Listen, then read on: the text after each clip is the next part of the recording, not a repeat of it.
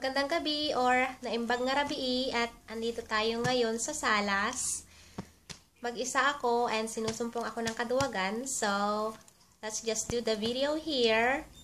At I know I said last night na I'm gonna do this right after the counting in Ilocano 11 to 20. But then I got done with that video past 12. So, I have no time. I was so sleepy. So, tuloy na lang natin ngayon. And this video is about the 5W questions. And I have my Codigo again. So, simulan natin sa what sa Ilocano or ano sa Tagalog. What or ano sa Ilocano ay anya. Anya. At kung matatandaan nyo, nagamit na rin natin siya dun sa Learn Ilocano Phrases Part 1 ng What's Your Name or Ano ang Pangalan Mo, which is anya tinagan mo sa Ilocano. Anya.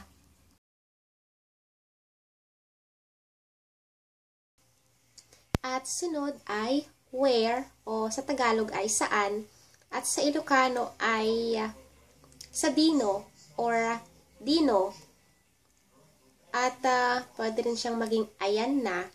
At katulad naman nung ginamit natin doon sa Ilocano Phrases Part 2, ginamit naman natin yung papanam. Papanam. Or saan ka pupunta? Where are you going? Papanam. At doon naman sa isa yung Learn Ilocano Phrases Part 1, ginamit naman natin yung dino or dinod. Dinod to'y ti ayan mo. Or saan ka dito nakatira. So, halimbawa ay tatanungin mo, yun nga, saan ka pupunta? Where are you going? Papanam. Pero kapag sinabi mo naman na you wanna ask, nasaan ka or where are you? Sa Ilocano naman ay pwede mo sabihin, ayan mo,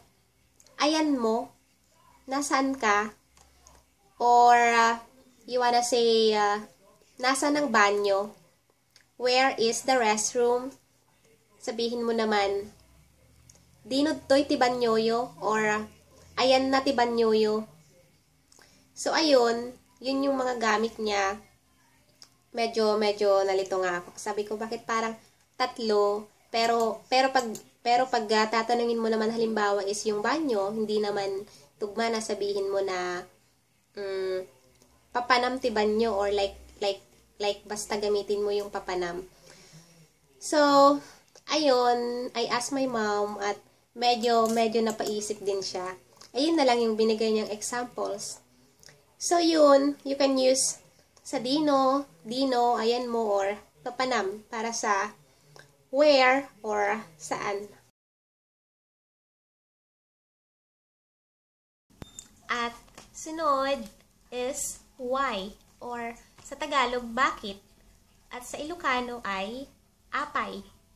Apay. And example ng paggamit ng apay ay let's say, you wanna say, bakit ayaw mong kumain? Sa Ilocano, apay haan mo kayat timangan. Apay haan mo kayat or gusto timangan na kumain. And no, I mean like haan means no or hindi. And na-cover na rin natin yan from the past video. And I'm gonna put the link sa baba, so you guys can visit the video kung hindi nyo pa napanood. So, bakit is apay. At another example is, bakit ka late? Apay late ka. Apay late ka. And yung isa, bakit ayaw mong kumain? Apay haan mo kayat timangan.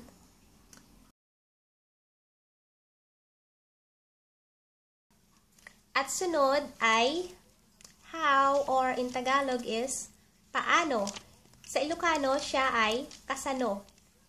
Kasano. At dalawang example ng paggamit ng kaano, like say for example sa Tagalog ay gusto mong sabihin, paanong hindi mo alam? Kasano nga haan mo ammo. Kasano nga haan mo ammo. Paanong hindi mo alam? At isa pa, paano mo nakalimutan? Kasano nga nalipatam. Kasano nga nalipatam. So, yun, how is kasano sa Ilocano. At sunod ay who, or sa Tagalog ay sino, sa Ilocano ay sino. Ganun din, sino. Halimbawa, you wanna say, sinong kasama mo? Sino ti kadwam? Sino ti kadwam? Or you wanna say, sino iyang kasama mo? Sino iyang kasama mo? Then you say, sino dayta? Sino dayta kadwam? Sino dayta kadwam? Dayta is iyan. Or maybe you wanna say, sinong kausap mo? Sino ti kapatang mo? Sino ti kapatang mo? Or, you wanna say, sino iyang kausap mo? Sino dayta kapatang mo?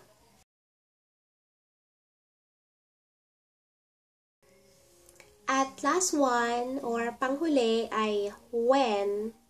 Sa Tagalog ay kailan. At sa Ilocano ay kaano. Kaano. For example, you wanna say or you wanna ask, kailan ka uuwi? Sa Ilocano ay kaano ka agawid? Kaano ka agawid? Kaano ka agawid? When, kailan, kaano. Kaano.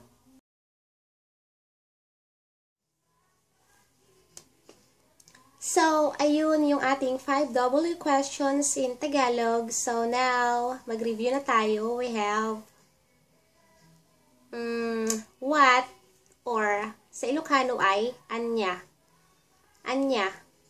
At ang where, sa dino, or you can use dino, ayan na. At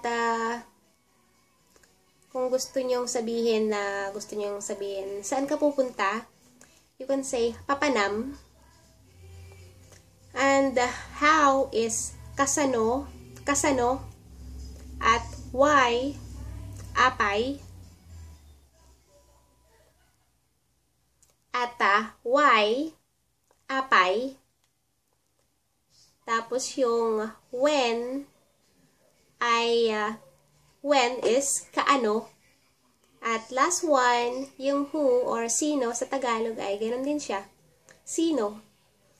So, ayun, make sure to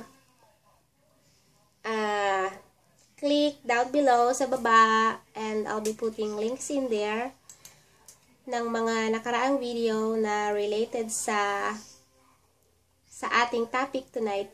Okay! Bye-bye! Good night! It's now 11:18. Good night!